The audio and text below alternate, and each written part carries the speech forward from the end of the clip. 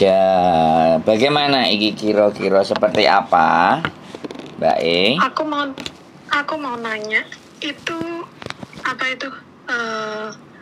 Kalau sakit kita pergi ke dokter mata itu terus beli kacamatanya itu loh. Itu ada di recover sama asuransi nggak? Kelihatannya sih enggak, soalnya dicek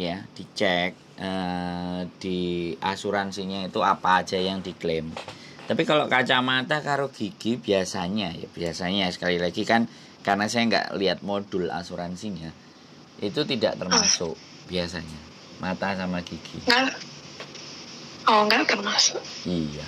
Oke. Kan aku kerja di sini lama, terus mataku sekarang nggak bisa lihat itu rabun dekat ya rabun jauh gitu. Jadi sekali lagi untuk lebih memperjelas itu yang tahu kan majikan, karena klaimnya itu kan atau surat asuransinya itu kan kalau sampean bisa datangi kantornya apakah termasuk iya. Dan nomor aku tadi nanya sama itu kan udah ada Boni tak kasih tahu bosku ini ada di recover sama asuransi enggak, dia bilang tanya sekretarisku, aku nggak tahu dia begitu. Jadi sekarang belum dijawab. Jadi di nomor polisnya itu kan majikan yang pegang, majikan yang tahu, dan polisnya itu ada biasanya asuransi itu terus dibaca apa saja yang di cover. Tapi setahu saya kalau asuransinya buat teman-teman itu kalau masalah mata sama gigi itu mereka nggak cover. Jadi begitu ceritanya. Cuman sekali lagi ya, aku nggak bisa make sure, memastikan karena memang aku nggak ngerti polis yang sampean beli dengan majikan. Karena setiap polis itu pasti ada penjelasannya apa saja yang di cover. Makanya aku nggak mau salah bohongi. Jadi salah ngomong karena sekali lagi dasarnya apa? Harusnya polis. Kenapa saya bilang nggak boleh? Dasarmu apa? Kalau ada pertanyaan kayak gitu kan ya nggak bisa jawab karena saya juga nggak memegang polis, karena saya juga ditelepon. Jadi untuk lebih memastikan lagi adalah sampean bertanya ke lembaga asuransinya tadi, nomor polis sampean berapa, sampean bisa nanya penyakitnya apa saja, itu jawabannya sudah komplit pasti. Begitu Mbak E. Makanya kadang-kadang kebanyakan teman-teman ketika dibikinin asuransi sama majikan, mereka itu tidak tahu covernya apa saja. Itu sudah sangat umum. Makanya kembali lagi di saat kontrak di awal nggak ada salahnya kalau misalnya nomor polis asuransinya terus kantor asuransinya kita itu juga tahu, sehingga ketika nanti terjadi sesuatu kita itu tahu dan ngerti dan paham. Begitu sih Mbak Jaja. Jawaban saya sih. Terima kasih. Ada lagi yang dibahas? Belum lagi. Kak Sando. Nanti dicek aja kalau memang dia tanya sekretarisnya, nama sekretarisnya kalau boleh tahu kantor asuransinya di mana ada atau ada nomor teleponnya enggak. Terus nomor polis saya berapa? Sampean bisa nanya-nanya dari gitu. Nanti sampean akan menemukan jawabannya. Mana aja yang boleh di-cover dan mana yang tidak. Begitu untuk lebih tepatnya jawaban dari polis asuransinya. Begitu. Kalau tanya lagi ya, boleh. Tanya lagi lah tentang asuransi sekalian. Boleh. Tapi ya amit-amit lah dulu ya. Siap. Seumpama kita cuti ke Indonesia gitu ya. Waktu cuti itu kita ada sakit lah apa gitu. Itu ketika kita kembali misalnya sakit ya, ada biaya sekian, terus kita kembali ke tetap majikan gitu ya. Itu dia tetap dia bisa enggak? Jawaban saya sih enggak. Nek kalau ditanyakan ke saya jawabannya enggak, karena cover asuransi yang ada di Hong Kong adalah pada saat sampean bekerja di Hong Kong. Jadi kalau terjadi apapun cuti enggak? Kenapa?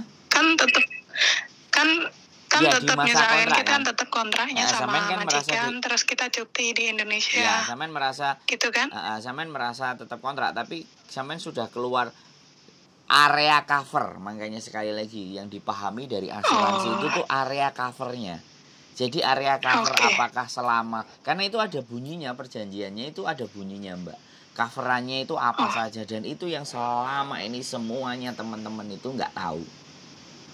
Iya, soalnya kan kita nggak baca kebanyakan. Iya, makanya, kita nggak dikasih suratnya itu. Nah, makanya minta, makanya nanya, makanya bertanya di mana kantor asuransinya dan asuransinya namanya apa. Itu yang memang wajib teman-teman ketahui, karena ketika terjadi segala sesuatu kita nyalain majikan nggak mau bayar bla bla bla bla bla bla bla bla.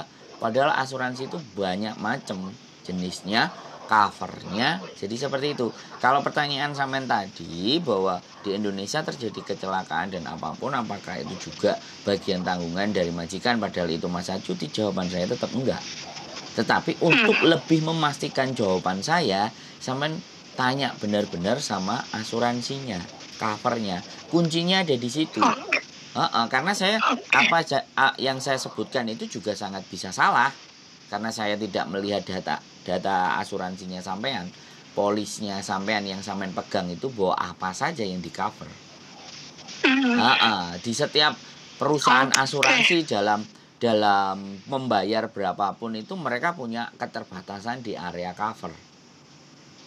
Kan kayak gitu. Macamnya asuransi ada asuransi jiwa, asuransi ada asuransi kecelakaan, asuransi juga ada asuransi pendidikan. Jadi kalau kita membahas tentang asuransi sebenarnya banyak hal, dan itu pun rata-rata teman-teman semuanya, ya saya nggak bilang semuanya nggak tahu, tapi rata-rata kebanyakan tidak tahu.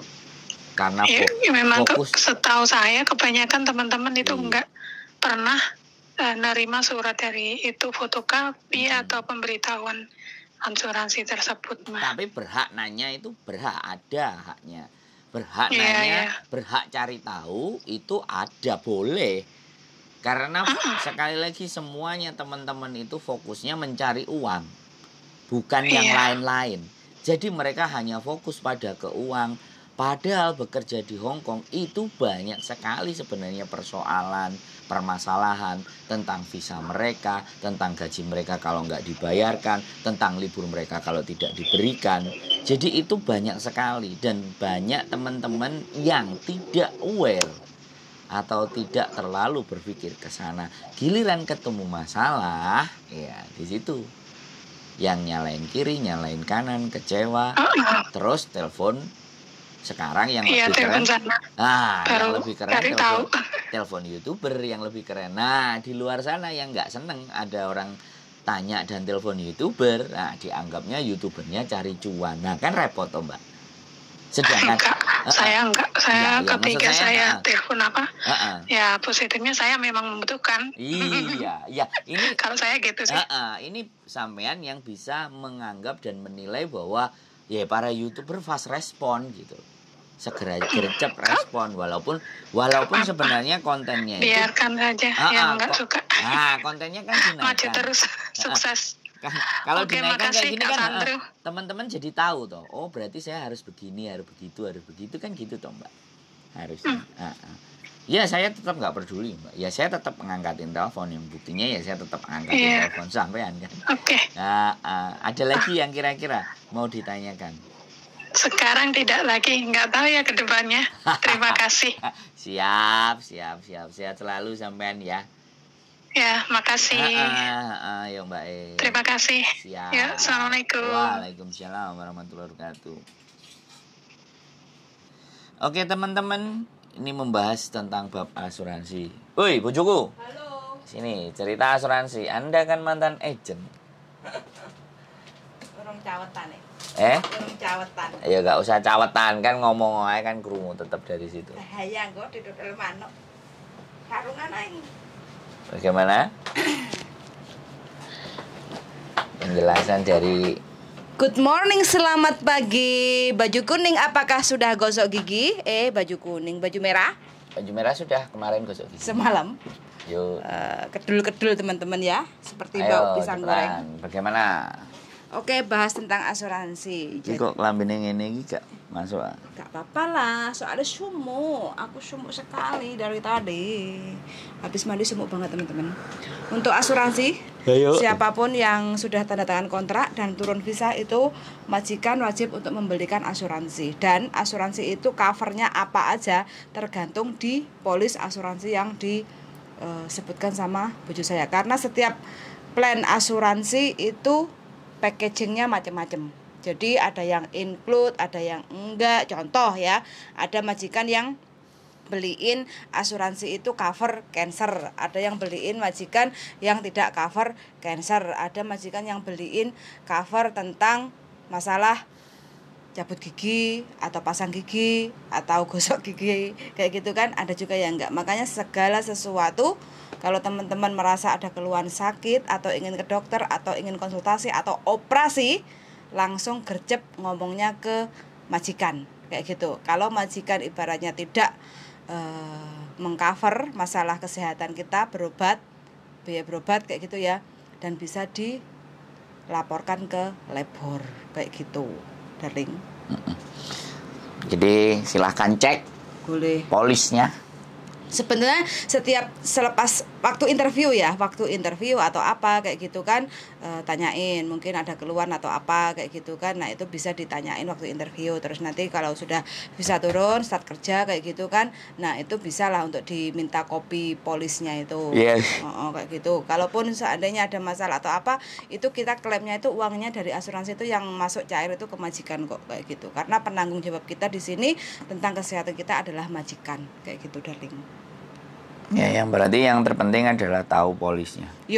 Atau minta dijelaskan. Apa saja. Ya, atau minta dijelaskan terus direkam. Dijelaskan sama siapa? Majikan. Jadi kamu punya polis, ini asuransimu. Kalau majikannya nggak mau jelasin? Ya agent no. Agentnya nggak mau jelasin? Ya nggak bisa kayak gitu, nggak bisa. Nggak, saya bertanya. Kan ada kantor asuransinya. Hah? Ya kalau kita nggak mau pegang polis bisa. Iya kan? Ada. Nah, ya makanya alternatifnya adalah kalau majikan nggak bisa jelasin, agent nggak bisa jelasin, kantor polis asuransinya. Ya, itu udah jawaban 3 ini sudah jawaban mutlak. Karena majikan kadang mentahan, agent kadang ya tahu sendiri. Nah ini kuncinya. Jadi sampean harus cari tahu sendiri. Karena Rara biasanya senangannya tuku produk Indonesia, terus pakai kantong sendiri. Karena produk Indonesia kita beli di manapun itu nggak bisa diklaim. Ya. Sekali lagi, fokus mereka di sini adalah cari uang. Sehingga hal-hal yang di luar uang nggak dipikir. Nah, makanya dengan adanya konten ini, teman-teman semuanya bisa belajar di saat kontrak baru dengan majikan, polis asuransinya ya minimalnya tahu dan memahami. Mumpung tadi ada yang bertanya. Betul. Oke, begitu Mbak Ejen. Yes. Tak katakan sih. Keep stay tune my YouTube channel and see you next video. Bye bye.